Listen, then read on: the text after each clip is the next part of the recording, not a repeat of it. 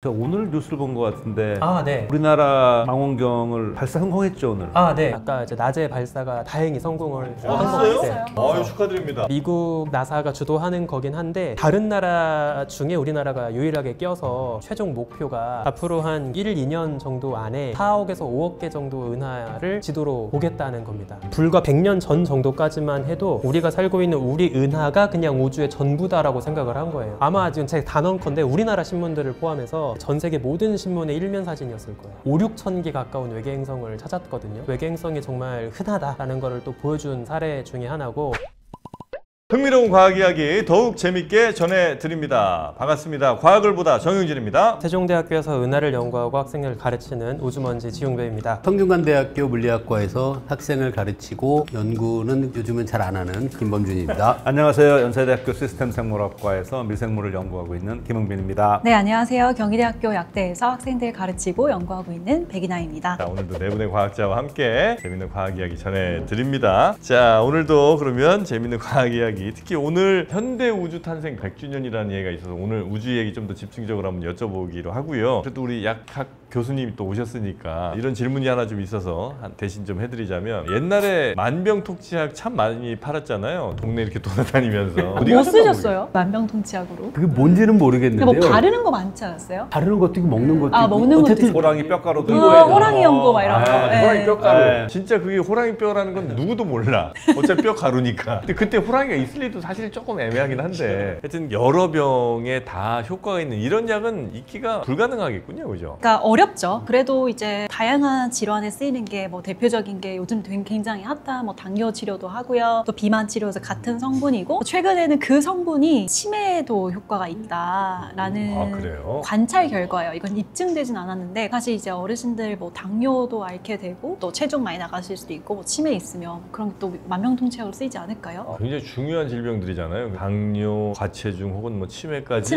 예. 만약 효과가 있다고 한다면 대단히 여러 목적으로 쓰일 수 있는 것 같기도 하고요. 예전에는 근데 아마 만병통치약이라고 하는 게 어쩌면 사람들이 앓고 있는 여러 질병들이 영양 부족으로 생긴 일들이 좀 있었을 테니까 그 영양을 좀 채워주는 것 자체가 그냥 보양식 내지는 만병통치약으로 이렇게 퉁쳐서 역할을 했던 거 아닌가 생각이 좀 들긴 합니다. 맨날 이렇게 굶어서 막 비실비실 대다가 삼계탕 한번 먹으면 얼마나 좋겠어 몸에. 뭐 그런 거 아닌가 싶은 생각이 좀 들긴 하고요. 그 어렸을 때 만병통치약 파셨던 분들 보면 뭐 약은 그렇다 치더라도 왜 자꾸 이렇게 묘기 같은 걸 보여주죠? 차려.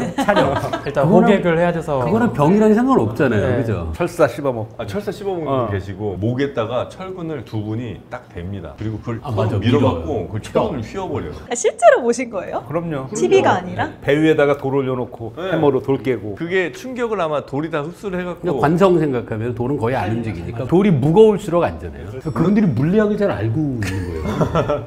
물리에 대한 이해가 없으면 할 수 없는 거죠. 네. 그런 분들도 있었으나 하여튼 만병통치약까지는 아니고 다양한 여러 질환들에 함께 좋은 역할을 해주는 약들은 종종 있다. 네, 그 정도로 이해를 하도록 하겠습니다. 자, 그리고 로켓을 이제 우리가 우주로 막 발사하기도 하는데, 그거를 왜 지상에서 발사하냐, 고도 한 3,000m쯤 위에서 발사하면 별로 이렇게 저항도 많이 안 받을 것 같고, 왜냐면 지상에서 거기까지 올라가는 데가 사실 에너지 거의 다 쓰잖아요. 그렇죠. 이제 아마 이 질문의 의도는 제 생각하기에 높은 산꼭대기로 가면 어쨌든 그 고도만큼 올라가니까 그렇긴 하겠네요. 그 지표면에서에 비해서는 중력을 더 약하게 느끼지 않겠냐. 그러면 그 지구 중력을 벗어나려고 결국에 연료를 태우는 거니까 좀 더 적은 추력으로 벗어날 수 있지 않을까, 뭐 이런 맥락인 것 같아요. 히말라야 꼭대기에서 쏴요. 그럼 좀 낫긴 하겠네 진짜. 낮긴 한데 정말 그냥 수학적으로 나을 수 있다는 거지 막 유의미한 수치는 아닐 거예요. 제가 간단하게 계산을 해보니까 지표면에서의 중력 가속도가 보통 9.8m/s 제곱이라고 하는데, 히말라야 올라가봤자 뭐 9.78m/s 제곱 차이 아니에요? 이거든요. 0.3% 안팎이어서 뭐 유의미한 건 아닌 것 같아요. 오히려 말씀하신 것처럼 이제 더 현실적으로 봤을 때 그 높은 곳까지 연료를 어떻게 수급할 것이며 하는 게 더 사실은 비싼 거죠. 거기 기지 만들고 뭐 이런 거 하려면 그쵸. 오히려 더 힘들고. 저는 이 질문 듣고 생각난 게, 사실 지금 높은 데서 쏘는 거예요. 네? 로켓이 지금은 다 다단계잖아요. 아, 1단계에서 먼저 한번 보내고 네. 거기서 다시 쏘는 거고. 그러네요. 거기에 기지를 만들어서 쏘는 건 아니지만 그렇게 생각할 수도 있고요. 최종 로켓 자체는 그렇죠. 1, 2단 그렇죠. 높은 데서 쏘는 거니까. 근데 이 고도보다 사실 더 중요한 게 쏘는 위도 아니에요? 맞아요. 적도 근처에서 쏘는 거. 이렇게 자기가 자전을 하니까 자전의 속도를 얻을 수 있잖아요. 그래서 자전하는 방향으로 쏘면 훨씬 유리해요. 네, 그게 맞습니다. 히말라야 올라가는 것보다 네. 그렇죠. 네. 근데 자전하는 속도로 쏘면 유리하다고는 하지만 저 약간 좀 의심스러운 거는 어쨌든 우리 지구 내에서는 관성에 의해서 사실 자전하는 속도나 이게 의미 없는 거 아니에요? 그런데 우주선의 로켓의 지구 중력을 탈출하는 속도는 지구 중심에 대한 속도거든요. 근데 지구가 회전하고 있으니까 지구 자전의 접선 방향으로 쏘면 뭐 빨리 쏜 거랑 똑같아요. 그만큼 빨리 쏜 건 맞아요. 그냥 이렇게 돌리다가 딱 땄다라고 생각해도 되고요. 근데 지구가 이렇게 자전하는데 이쪽 방향으로 쏘면 출발할 당시에 지구의 자전 속도를 로켓이 갖고 있잖아요. 그리고 로켓이 연료를 분사해서 내는 속도는 상대적으로 지구의 표면이 정지해 있을 때를 기준으로 한 속도가 되니까 달려가면서 돌 던지면 빠른 거랑 똑같아요. 근데 그 달려간 거는 내가 지표면에 생기는 여러 마찰들을 내가 부담을 하면서 내 에너지를 쏘면서 이제 쏜 거잖아요. 그런데 이거는 지구하고 로켓이 로켓 발사되는 한 덩어리로 붙어 있으니까 지구가 그냥 자전하면 그 속도는 그냥 같잖아요. 여튼 그 속도는 플러스를 받을 수 있다는 거죠. 그래서 주로 적도에서 쏘려고 하지 가능하면 않나요? 적도에서 많이 쏘죠. 대표적으로 이제 프랑스령 기아나라는 발사 기지도 있고 또 미국에서 제일 유명한 케네디 우주센터도 플로리다 남쪽 끝에 있거든요. 남쪽. 남쪽에 있는 거죠. 그러니까 이왕이면 적도 부근에 쏘려고 하는 것 같아요. 다만 이제 적도 부근에 넓은 영토가 이제 있어야겠죠. 그런 거는 어쨌든 쏘는 데에서 좀 더 도움을 받을 수 있는 거고 우리도 어쨌든 그래서 가능한 남쪽으로 내려간 거죠. 네, 그런 측면도 있습니다. 제주도 기지 하나 만들면 괜찮겠네요. 사실 발사 기지를 세우는 게 단순히 위도가 얼마냐만의 문제가 아니라 주변의 자연 환경도 문제가 될 수 있고 다른 나라와의 관계가 또 중요할 수 있기 때문에 아까 고도는 3, 4km 별로 차이 없다 하셨잖아요. 근데 전남이던 제주도던 그 거리의 차이가 영향이 좀 있어요. 위도에 위도요? 따르지. 아마 큰 차이는 없을 것 같기는 해요. 땅이 작아서 네. 그렇죠. 뭐 진짜 뭐 미국처럼 알래스카에 쏠 거 플로리다에서 쏘겠다라고 하면 그건 뭐 엄청난 이득이 될 수 있겠지만 워낙에 우리가 길쭉한 나라는 아니니까. 그냥 한 푼이 아까우면 그래도 어떻게든 그러니까요. 남쪽으로 그게 가는 게 얼마나 낫긴 차이를. 아까 저 김본중 교수 예를 들으시게 돌리다가 탁 노는 그 예도 줬는데 만약에 그럼 이게 이렇게 그 속도를 얻고 나가는 거잖아요. 우주선이 가야 될 방향이 있을 거 아니에요. 어느 순간에 이거를 탁 놔야 그쪽으로 보내줘야 되잖아요. 네. 그럼 이거는 어느 발사 시간을 거기에 맞춰서 발사를 하는 건가요? 네. 이제 여러 목적에 따라 다를 것 같은데 만약에 인공위성 정도를 띄우겠다라고 하면 좀 더 세밀하게 발사할 때부터 모든 각도와 시간을 다 조율해서 아마 할 거예요. 사실 인공위성 쏠 때 또 중요한 것 중에 하나가 대부분 태양 빛을 받아서 전력을 충전하기 때문에 언제 태양빛을 제일 잘 받을 수 있느냐 그 각도 같은 것도 되게 중요하거든요. 그래서 그런 걸 되게 신경 써서 운영을 네. 많이 하고 실제로 되게 재밌는 방식 중에 하나가 항상 태양빛을 제일 많이 받을 수 있도록 하기 위해서 밤과 낮 경계 태양빛이 옆으로 날아오는 그 각도에 맞추어서 인공위성 궤도를 유지시키는 그런 방식도 있어요. 근데 아예 지구를 벗어나서 심우주로 보내겠다라고 하면 사실 방식은 여러 가지가 있는데 지구를 몇 바퀴 돌면서 잘 타이밍을 맞춘 다음에 다시 또 추력을 빵 줘서 날아가는 정도로 하면 좀 더 편리하게 조율할 수는 있죠. 그러면 대체로 모든 나라들이 크게 멀리 보내는 거 아닌 이상은 태양 계속 볼 수 있는 쪽으로 유성들을 다 보내요? 기착지가 거의 다 비슷해, 목적지가? 아니요, 그럴 수는 없습니다. 왜냐하면 인공위성의 제일 중요한 목적은 뭐 예를 들어 통신이다 아니면은 기상 관측이다 여러 가지가 있을 거 아니에요. 그럼 그거에 따라서 제일 먼저 결정되는 게 어느 정도 고도까지 올릴 거냐예요. 근데 고도가 정해지면 결국 고도 플러스 지구 반지름만큼이 인공위성이 도는 전체 궤도 반지름인 거잖아요. 그러면 그 사이즈가 정해지는 순간 얘가 돌 수 있는 주기도 정해지고 속도도 정해지고 다 결정되어 버리기 때문에 사실 모든 걸 다 태양빛을 제일 많이 받을 수 있는 각도로 세팅하는 건 사실 불가능하죠. 할 수 있다면 그렇게 네. 이제 한다는 거고 일단 내가 쏜 목적이 뭐냐에 따라서 위치시키는 건 이제 궤도나 이런 것들은 다 달라지는 것이고요. 네, 맞습니다. 우리가 우주 활동하는 것은 결국 이제 이른바 현대 우주가 시작되면서 가능해진 일일 거 아니에요. 현대 우주가 시작된 지가 오주먼지님 말씀해 주신 게 100년 됐다고 하셨고 올해가 100년인 거죠? 네, 올해 2025년이. 100주년입니다. 네. 그럼 1925년? 이때 뭔가 큰 일이 있었던 거예요? 네, 사실 되게 재밌는 게 다양한 사건이 그때 즈음에 천문학계에서 벌어졌어요. 1925년에? 네, 그 즈음에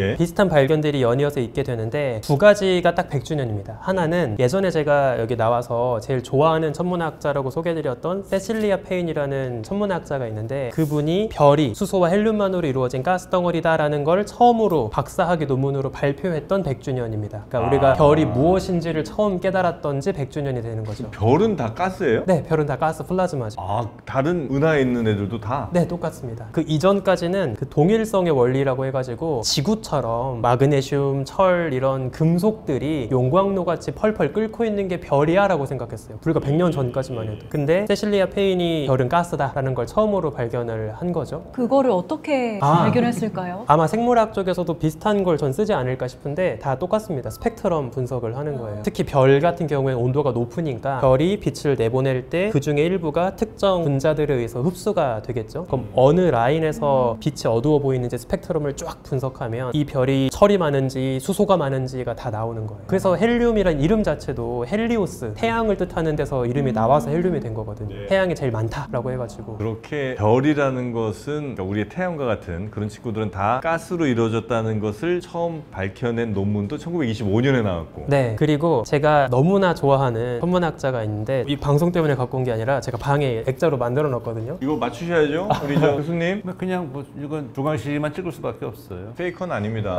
허블? 맞습니다. 에드윈 오, 허블입니다.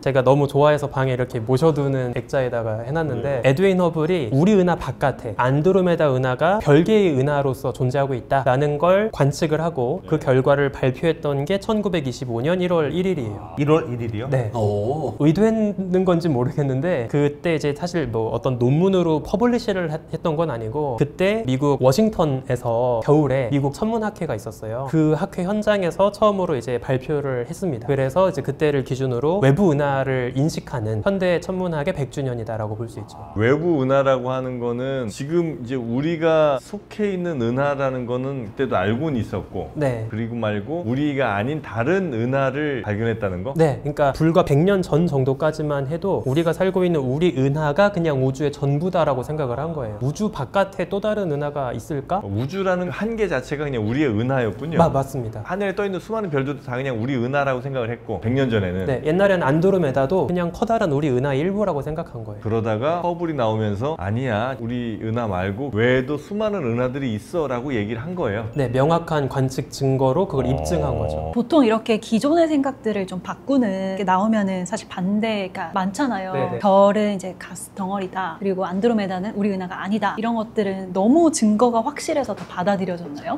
진짜 아주 중요한 질문인데요. 대표적으로 세실리아 페인 같은 경우에는 굉장히 압박이 많았어요. 엄청 대단하신 분이에요. 하버드 천문학과에서 최초 이제 정교수가 되는 분이기도 한데 박사학위 논문이었잖아요. 박사학위 심사하는 사람 중에 헨리 러셀이라고 아주 유명한 진짜 천문학 꼰대가 있었어요. 근데 러셀은 별은 절대 가스일 수 없다고 생각하는 사람 중에 한 명이었어요. 근데 박사학위 평가를 받아야 되잖아요. 근데 세실리아 페인이 보기엔 이거 분명히 가스인데 수소와 헬륨 덩어리인데 지금 심사하는 그 유명한 천문학자가 그럴 리가 없다고 생각을 하는 거예요. 예. 그래서 러셀이 뭐 논문 잘 쓰긴 했는데 이거 좀 말도 안 되니까 내가 생각해도 이 결과는 말이 되지 않습니다 라고 문장 추가하면 박사학위 자기 학위 논문인데? 진짜 꼰대다. 통과시켜 줄게 라고 해서 실제로 역사적인 논문인데 거기 보면 스펙트럼 분석 결과에 따르면 철과 마그네슘의 함량은 매우 낮다. 하지만 분석 결과는 매우 틀렸을 가능성이 높다. 뭐 이런 게 들어가 있어요. 근데 그런 경우는 보통 박사학위 지도 교수님이 네. 계시지 않나요? 네. 박사학위 지도 교수도 있었는데 러셀이 워낙에 입김이 강한 천문학자였기 때문에 근데 또 웃긴 게 나중에 몇 년 안 있다가 러셀이 결국에 페인의 주장이 맞다는 걸 또 본인이 확인해버려요. 나중에는 이제 페인의 박사학위 논문 인용해서 자기도 논문 쓰기는 하거든요. 러셀이 되게 유명해서 그 천문학계에 러셀상이라고 있어요. 러셀 어워드라고 있는데 나중에 페인이 러셀 어워드 받습니다.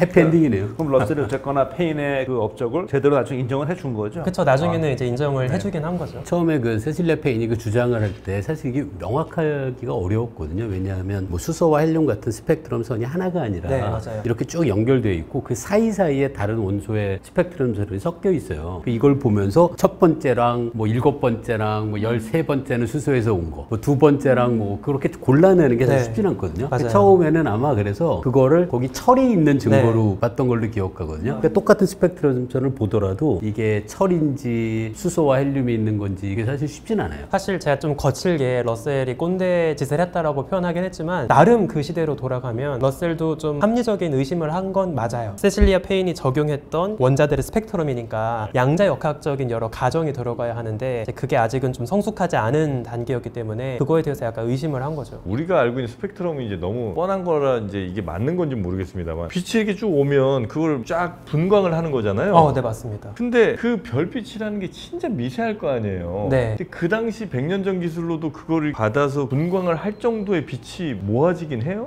이거 진짜 너무 날카로운 질문인데요. 아이 고맙습니다. 그래서 지금도 우리가 천문학에서 별을 관측할 때 두 가지의 방법이 있어요. 첫 번째가 포토메트리, 측광, 말 그대로 빛의 양, 빛의 세기를 측정한다는 거예요. 이거는 망원경으로 모은 별빛이 얼마나 밝고 어두운지 그 밝기만 재는 거예요. 두 번째가 말씀하신 분광, 스펙트로그래피고요. 이건 이제 별의 빛을 파장에 따라서 쪼개서 스펙트럼을 보는 거죠. 근데 망원경으로 별빛을 모으는 행위는 최대한 그 희미한 별빛을 밝게 끌어모아서 증폭시켜서 파장별로 분산시켜도 그리 어둡지 않게 하기 위해서 하는 거예요. 근데 그렇게 해도 어쨌든 분광은 별빛을 모아놓고 보는 게 아니라 파장별로 다 흐트러 놓고 보는 거니까 결국엔 각 파장에서 어둡게 보이겠죠. 그래서 지금도 측광이 훨씬 오래 걸리고 비싸요. 측광을 하려면 그래서 진짜 커다란 망원경으로 최대한 밝게 별빛 다 끌어 모아서 분산시켜도 덜 어둡게 만들어서 분석을 해야 돼요. 망원경도 시대의 흐름에 따라서 그 시대를 대표하는 망원경들이 쭉쭉 있었을 거 아니에요? 네. 천문학 관련 망원경이 제일 유명한 친구들 모델이 뭐뭐 있었습니까? 지금 제가 집에서 제가 만들었던 레고 모형을 하나 갖고 왔는데 이거는 이제 허블 우주 망원경입니다. 이게 지금 지구 밖에 떠 있는 허블이에요? 네, 허블 우주 망원경입니다. 와. 그래서 미국 노란색 스쿨버스 정도 사이즈 아 그래요? 네, 라고 보시면 진짜 되고요. 크다. 이 안에 뚜껑 열고 닫고 하는 게 잘 구현되어 있는데 셔터 열면 이 안에 거울이 2.5m 사이즈 거울이 들어가 있어요. 그래서 허블 우주 망원경이 이제 아마 지금도 거의 30년 넘게 지금 쓰고 있으니까 꾸역꾸역 되게 유명한 대표적인 망원경이라고 볼 수 있겠죠. 맨 바깥쪽에 당연히 광학 렌즈가 있을 거 아니에요? 거기엔 먼지는 안 쌓여요? 아무래도 애초에 그러니까 이걸 굳이 왜 우주에 올렸을까를 생각해 보면 지구 대기 그런 먼지 효과를 최대한 피해서 깨끗한 눈으로 우주를 보기 위해서 이제 올라가는 거죠. 다만 지구 주변에도 미소 운석이라고 해서 마이크로 메테오라이트라고 해서 태양계 공간을 떠다니는 작은 입자들이 있어요. 우주먼지들도 있을 거 아니에요? 그쵸.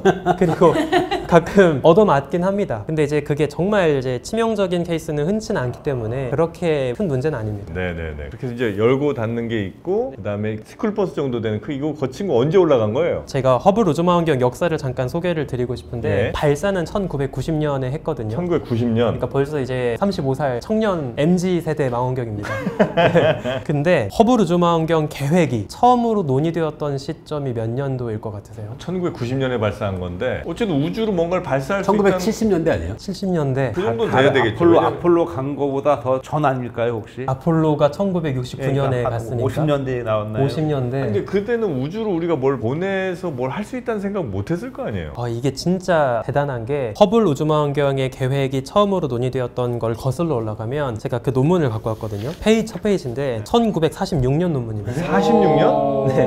2차 대전 끝나고 네, 라이먼 스피처라고 하는 천문학자가 쓴 논문인데 이 제목이 뭐냐면 Astronomical Advantages of Extraterrestrial Observatory 지구 바깥 천문대예요. 당시에는 불렸던 이름이. 그러니까 우린 지금 스페이스 텔레스콥이라고 우주망원경이라고 부르지만 이때는 지구 바깥 천문대라고 불렀어요. 천문대로요. 네. 그래서 지구 바깥으로 천문대를 띄우면 어떤 장점이 있을지를 이제 이때부터 고민을 해서 딱 말씀하신 것처럼 아폴로 한창 할 때 그때 이제 엄청 불붙어가지고 1960년대부터 본격적으로 이제 허블 망원경 계획을 진행을 합니다. 온갖 고생 끝에 1990년 이제 올라가서 그 멋진 이제 우주를 보여주고 있는 거죠. 이게 우주 왕복선으로 올렸죠.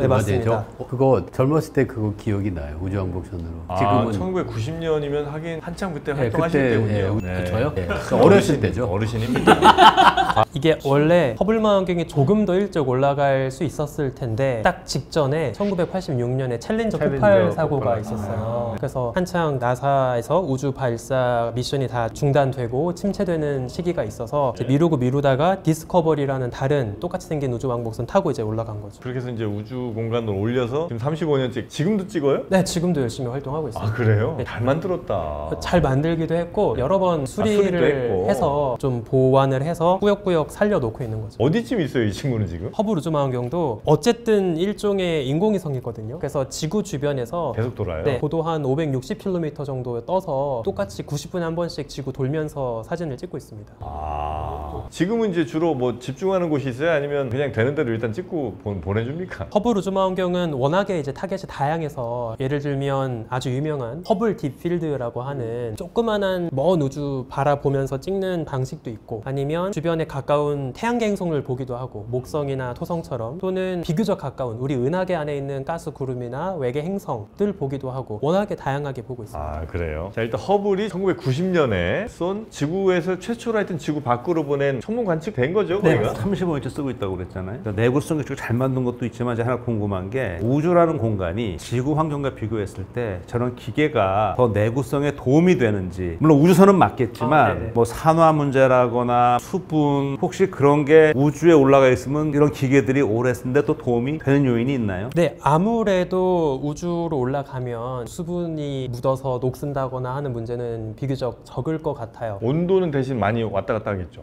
맞습니다. 그 얘기를 드리려고 했는데 예를 들어서 허블 우주망원경 같은 경우에는 지구 주변을 돌잖아요. 그러면 어떨 때는 지구에서 밤 쪽에 있을 수도 있고 어떨 때는 낮 쪽에 있을 수도 있어요. 그러면 오히려 또 반대로 온도가 너무 급변하니까 그거는 또 이제 탐사선들에게 아주 큰 스트레스가 될 수도 있겠죠. 그런 걸 다 견딜 수 있는 실험들을 하고 이제 올라간 거라서 좀 더 잘 견디는 측면도 있고 이건 좀 관습인 것 같은데 우주 공학자들이 예를 들어서 뭘 발사할 때 예상 수명 같은 걸 잡잖아요. 어지간하면 좀 보수적으로 잡아요. 예를 들어서 허블 같은 경우에도 처음에는 앞으로 10년 쓸 거다라고 생각하고 올렸지만 그 10년이란 수치는 사실 진짜 보수적으로 잡은 수치인 거죠. 그렇게 해서 15년 쓰면 칭찬받지만 20년 쓴다고 했다가 15년 쓰면 욕먹거든. 지금 그렇죠. 계획은 어때요? 언제까지 쓸? 이게 좀 슬픈 이야기인데 허블 우주망원경도 어쨌든 인공위성이어서 계속 대기 마찰을 받고 있고 궤도가 조금씩 줄어들어요. 결국에는 지구 대기권에 추락할 거거든요. 근데 너무 이제 고물이기도 하고 지금 제임스 웹도 올라갔고 너무나 많은 후배가 또 올라가고 있으니까 이젠 좀 필요 없지 않을까라고 생각을 하는 것 같아요. 그래서 2030년쯤으로 이제 폐기하자라는 이야기가 나오고 있습니다. 제가 하나 좀 재밌는 걸 좀 보여드리고 싶어서 이게 허블 딥필드 이미지 사진을 제가 하나 출력을 해왔는데 진짜 조그만한 영역을 정조준해서 몇 날 며칠 쫙 찍어가지고 한 10일 가까운 시간 동안 빛을 노출해서 얻은 사진이에요. 원래는 그냥 암흑이었는데 그쵸? 작은 바늘구멍 같은 데를 계속 찍었더니 저런 게 보였다는 거죠? 네. 근데 제가 사진을 그냥 들고 와서 이게 좀 체감이 안 될 것 같아서 이게 얼마나 작은 영역을 본 건지를 제가 한번 보여드리고 싶거든요. 아, 좋습니다. 그래서 제가 똑같은 사진을 1.5mm 사이즈로 출력해 왔어요. 지금 여기 점 하나 찍혀 있거든요. 근데 이게 제가 그냥 점 찍은 게 아니라 이 사진을 1.5mm 크기로 줄인 거예요. 이 허블 딥필드가 바라본 그 화각이 2.5 아크민 각도로 2.5분 정도 너비에 해당하는 영역이거든요. 그게 어느 정도냐면 예를 들어서 이 1.5m 사이즈의 그림을 멀리 둬서 실제 하늘에 있는 허블 딥필드와 똑같은 화각이 되도록 만들려고 하는 거예요. 이해되시나요? 지금 여기 실제로 1.5mm 사이즈의 그림이 있는데 이거를 점점 멀리 갖다 두면 더 작게 보일 거 아니에요? 그렇겠죠. 그러면 어느 정도로 멀리 두어야 실제 허블이 바라봤던 그 허블 딥필드의 화각과 똑같은 사이즈가 될지. 거리가 1.5mm를 대략 한 100km 정도. 100km까지는 아니고요. 대충 10m에서 100m 사이 봅니다. 그러신가요? 제가 한번 준비를 해봤는데 한 2m 정도 거리에 이 그림을 두었을 때 보이는 화각, 그 정도가 허블 딥필드 화각입니다. 예를 들어 제가 지금 허블이면 그 정도쯤 보이는 지점을 찍어서 확대를 한 거죠, 지금? 그래서 제가 느끼게 해드리고 싶어서 줄자를 갖고 왔거든요. 2m. 네, 한번 해보겠습니다. 잡아주실래요? 네. 그 점의 지금 크기를 얼마로 찍으셨어요? 이거는 1.5mm. 아. 네. 네, 이렇게 여기가 2m고요. 아 그래요? 여기에서 보는 거예요. 저걸 확대해서 봐서 이걸 본 거예요. 저길 찍었다고요? 네, 근데 보시는 그 사이즈 안에 은하가 3,000개 들어 있습니다. 아니 저만 해? 네, 3,000개요. 네. 그러면 조만한 네모난 종이 안에도 한 수백만 개는 있을 거고 은하가. 그렇겠죠. 그리고 그걸 이렇게 돌아 다 보면 다 있다는 거 아니에요? 그쵸. 하늘 전역에 다 그렇게 깔려 있다는 거죠. 은한 거죠, 별이 아니라. 은하. 네. 저 은하 하나 안에 또 별이 잔뜩 있는 거예요. 평균적으로 은하 하나 안에 뭐 수천억에서 수조개까지 이제 별들이 있으니까 단순 곱하면 3,000개 곱하기 수조. 저희는 먼지도 아닌데요. 상상할 수 없이 많다 이렇게 알겠습니다. 사실 이게 되게 재밌는 게 이걸 처음 천문학자들이 제안했을 때만 해도 그러니까 목적이 뭐였냐면 우리가 아무것도 안 보이는 곳에서 보면 뭐가 보일까를 확인해 보고 싶었던 거예요. 그런데 기대 이상으로 너무나 많은 게 나와서 이제는 허블 이후로 최근에 올라갔던 제임스 웹 또 더 최근에 올라가는 유클리드 이런 우주망원경들이 다 이런 딥필드 관측을 이제 하고 있는 거죠. 제가 오늘 뉴스를 본 것 같은데 네. 우리나라 망원경을 발사 성공했죠 오늘. 네. 우리나라가 이제 미국이랑 같이 제작한 스페어 X라는 우주망원경이 있어요. 녹화하고 있는 오늘 날짜 기준으로 아까 이제 낮에 발사가 다행히 성공을 했습니다. 아유 축하드립니다. 네. 사실 좀 여러 번 발사가 연기가 돼서 연구자들이 굉장히 떨었는데 다행히 이제 잘 올라간 것 같고요. 스피어X는 적외선으로 이제 우주를 찍는데 지구 주변을 계속 빙글빙글 돌면서 하늘 전역의 은하들의 지도를 쫙 그리는 거를 목적으로 하고 있어요. 그래서 어떤 특정한 타겟을 모니터링 한다기보다는 좀 더 넓은 화각으로 빵빵빵 우주를 찍으면서 우주 전체 지도를 다 훑어보겠다, 서베이를 하겠다라는 이제 미션입니다. 그럼 지금 그 친구가 올라가서 적외선으로 이제 탐지를 한다고 하셨잖아요. 네. 그러면 예전에 허블이 봤던 거랑은 좀 다르게 당연히 보이는 거예요?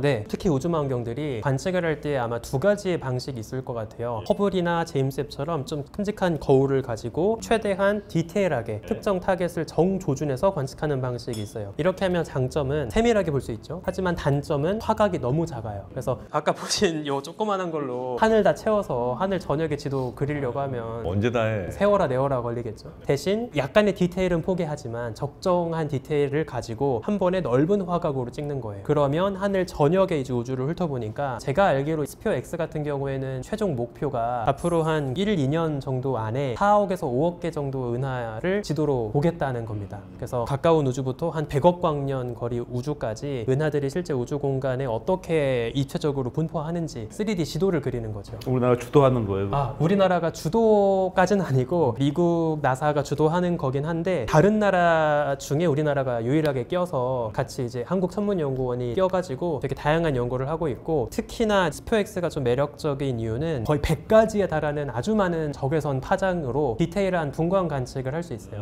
그리고 그 분광 관측에 들어가는 주요 장비들을 한국천문연구원에서 이제 같이 만든 것으로 앞으로 논문을 많이 나오겠네요. 여기서 자료받아서.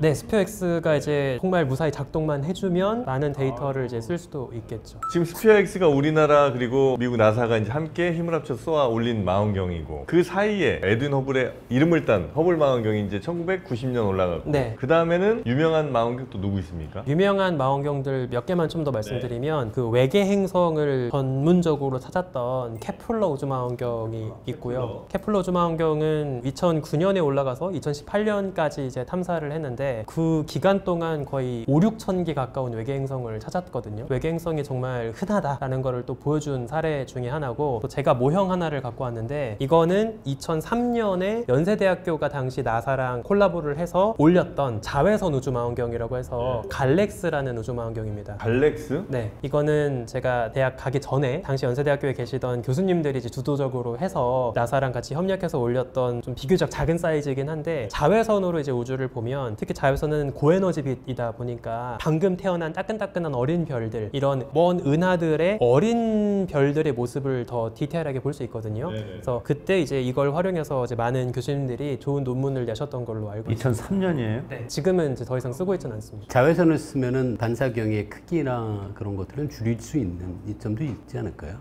네, 그럴 것 같습니다. 왜냐면 빛의 파장이 좀 더 짧아지니까. 그리고 이제 그 유명한 제임스 웹. 네, 지금 3주년 됐을 거예요. 이게 크리스마스에 올라가가지고. 그럼 21년이 맞네요. 네, 21년인 것 같네요. 네. 2021년 크리스마스에 올라갔어요? 네, 맞습니다. 아, 정말 대단한 사진들 지금 이제 보내오고 있는 거죠, 우리 지구로. 네, 맞습니다. 이제 허블 때 사이즈가 거울 사이즈가 2.5m였고 제임스 웹은 지금 거울 사이즈만 6m니까 엄청 큰 거예요. 거울 6m면 지상 망원경으로도 엄청 큰 사이즈거든요. 근데 그 엄청나게 큰 망원경을 이제 우주에다가 띄워서 훨씬 먼 빅뱅 직후의 우주까지 보고 있는 거니까 굉장히 다른 시대라고 볼 수 있습니다. 그럼 지금 보내온 사진 중에 야 이건 진짜 대단한데라고 할 만한 그런 사진은 어떤 거 좀 있습니까, 제임스 웹? 당연히 제일 처음으로 공개되었던 사진 중에 제임스 웹으로 찍은 딥필드, 아마 지금 제가 단언컨대 우리나라 신문들을 포함해서 이 이미지가 공개되었을 때 전 세계 모든 신문의 일면 사진이었을 거예요. 정말 은하들이 가득한, 허블보다 확실히 성능이 좋아요. 그쵸. 정말 디테일한 우주 끝자락에 있는 은하들을 많이 보여주어서 굉장히 중요한 사진이라고 생각을 하고 그럼 저 있습니다. 제임스 웹은 지구에서 가장 멀리, 가장 저 심우주 가까이 가 있는 망원경인가요? 현재로서는? 이거 되게 재밌는 질문인데 제임스 웹은 허블과 달리 지구 주변을 도는 게 아니라 달보다 더 멀리 떨어져 있거든요. 라그랑주 2포인트라고 해서 150만 킬로미터 거리에 떨어져 있어요. 달보다도 뒤에 있어요? 네, 근데 L2, 라그랑주 2라고 하는 건 제임스 웹 때 처음 쓴 건 아니에요. 그 이전에 뭐 WMAP이라는 우주 배경 복사 찍는 망원경도 있었고, 또 조금 더 일찍 가이아라고 하는 다른 서베이 망원경도 있었고, 21세기 들어서 심우주 탐사할 때 태양과 지구의 방해를 최대한 덜 받기 위해서 많이 쓰는 지역인데 제임스 웹도 이제 그 뒤를 따라간 거죠. 근데 그 친구들은 그러면 원래 뭐 인공위성 같은 경우는 지구의 중력에 의해서 이렇게 지구 주변 궤도를 돌고 뭐 이렇게 큰 에너지 없이 돌잖아요. 그럼 라그랑주 2포인트? 네, 그쪽에 있을 때는 뭐 누구의 중력을 좀 많이 받는 상황이에요? 이거 너무 재밌는 질문인데 사실 라그랑주 포인트를 설명하는 방식이 많거든요. 근데 제가 조금 쉬운 버전으로 한번 이야기를 해볼게요. 태양이 있습니다. 그리고 태양 주변에 지구가 돌고 있어요. 그런데 우리가 이 지구 바깥으로 어떤 탐사선을 띄울 거예요. 만약에 이 지구보다 좀 더 멀리까지 탐사선을 보냈다고 생각을 해볼게요. 단순 생각하면 얘는 지금 지구에 비해서 태양으로부터 더 멀리 떨어져 있으니까 태양에서 받는 중력은 약하죠. 중력이 약하니까 이 탐사선은 이 지구보다 더 느슨하게 잡혀 있고 더 느리게 돌아야 할 거예요. 지구는 더 빨리 돌 거고요.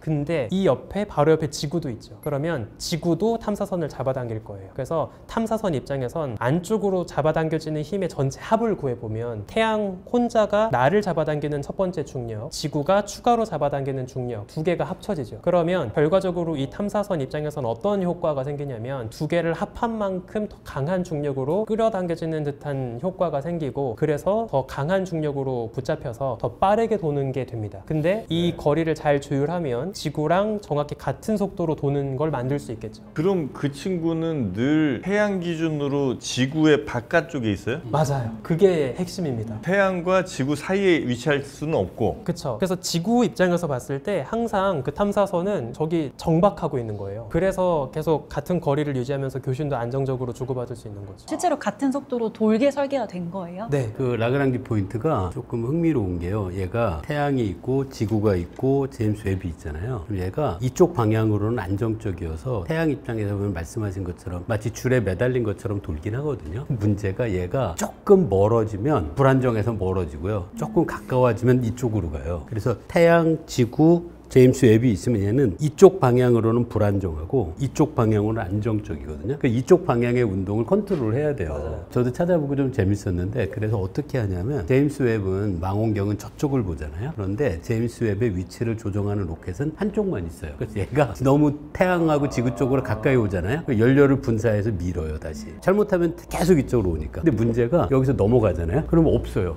그걸 버티는 로켓이. 그래서 나사에서 거기 안 넘어가게 하려고 아슬아슬하게 해야 돼요. 거길 넘어가면 불안정해서 가봐요. 관리자가 잠깐 졸면 큰일 나겠네. 그거 재밌더라고요. 그거. 근데 그게 사실 되게 재밌는 게 태양빛의 압력을 받아서 밀려나가거든요. 그래서 사실은 신경 써야 하는 건 최대한 안 밀려나가게 하는 거이기 때문에, 그래서 아마 그렇게 만든 거일 거예요. 예를 들어 큰 행성이 있고 그 다음에 별이 있고 하여튼 뭐 이럴 때 중력을 두 개가 플러스 된다는 것도 좀 재밌긴 하네요. 저는 이제 가까운 데 있는 친구의 그냥 중력을 받지 않을까 했는데 그 포인트도 있고요. 그건 L1. 라그랑주 원 포인트는 라그랑지 1은 태양하고 지구 사이. 거기도 정박할 수 있어요. 그렇게 이제 포인트도 있는 거예요. 태양과 지구의 중력을 동시에 같이 받는 포인트도 있는 거고. 참 우주 신기합니다. 너무 신기해요. 약하게도 이렇게 신기한 얘기 많이 있죠. 우주가 더 신기한 것 같아요. 우주로 그냥 바로. 네, 너무 신기해요. 결국은 이제 뭐 여러 행성 혹은 뭐 여러 우주의 비밀도 이제 파악하는 것도 큰 목적이겠습니다만 또 인간의 호기심이라는 거는 혹시라도 생명체 좀 있는데 좀 어떻게 찾을 수 없나 요거는 늘 궁금한 거잖아요. 그거 파악하려는 뭐 별도의 어떤 관측기구나 아니면 이 제임스 웹이 그런 거 좀 본다든지 이런 건 없어요? 제임스 웹이 하고 있는 것 중에 하나가 외계행성에서 대기 성분 파악하고 생명 활동의 징후, 바이오 시그니처라고 하는 이제 그런 것들을 확인하는 것도 중요한 미션이고요. 차후에 완전 순수하게 외계행성 그리고 특히 외계행성의 대기 화학 성분만 집중적으로 탐색하겠다라는 목적으로 올라가려고 준비하고 있는 미션들도 있어요. 좀 이름이 멋있는데 Habitable World Observatory HWO거든요. 생명체가 살아있을 만한 세계를 보는 천문대라는 뜻이고, 참고로 보통 우리가 외계행성을 찾을 땐 어떻게 했냐면 중심에 별이 있고 행성이 빙글빙글 돌고 있으면 가끔 행성이 별 가리고 지나갈 때 별빛이 어두워지니까 그 블링크를 보고 외계행성 존재 유무를 확인을 한 거거든요. 근데 이제 문제가 있어요. 궤도가 예쁘게 누워서 행성이 돌 때마다 별 앞을 가릴 때 가리는 별이면 쓸 수 있는데, 만약에 궤도가 이렇게 누워 있어가지고 별이 있고 행성이 이렇게 돌고 있으면 지구에서 봤을 때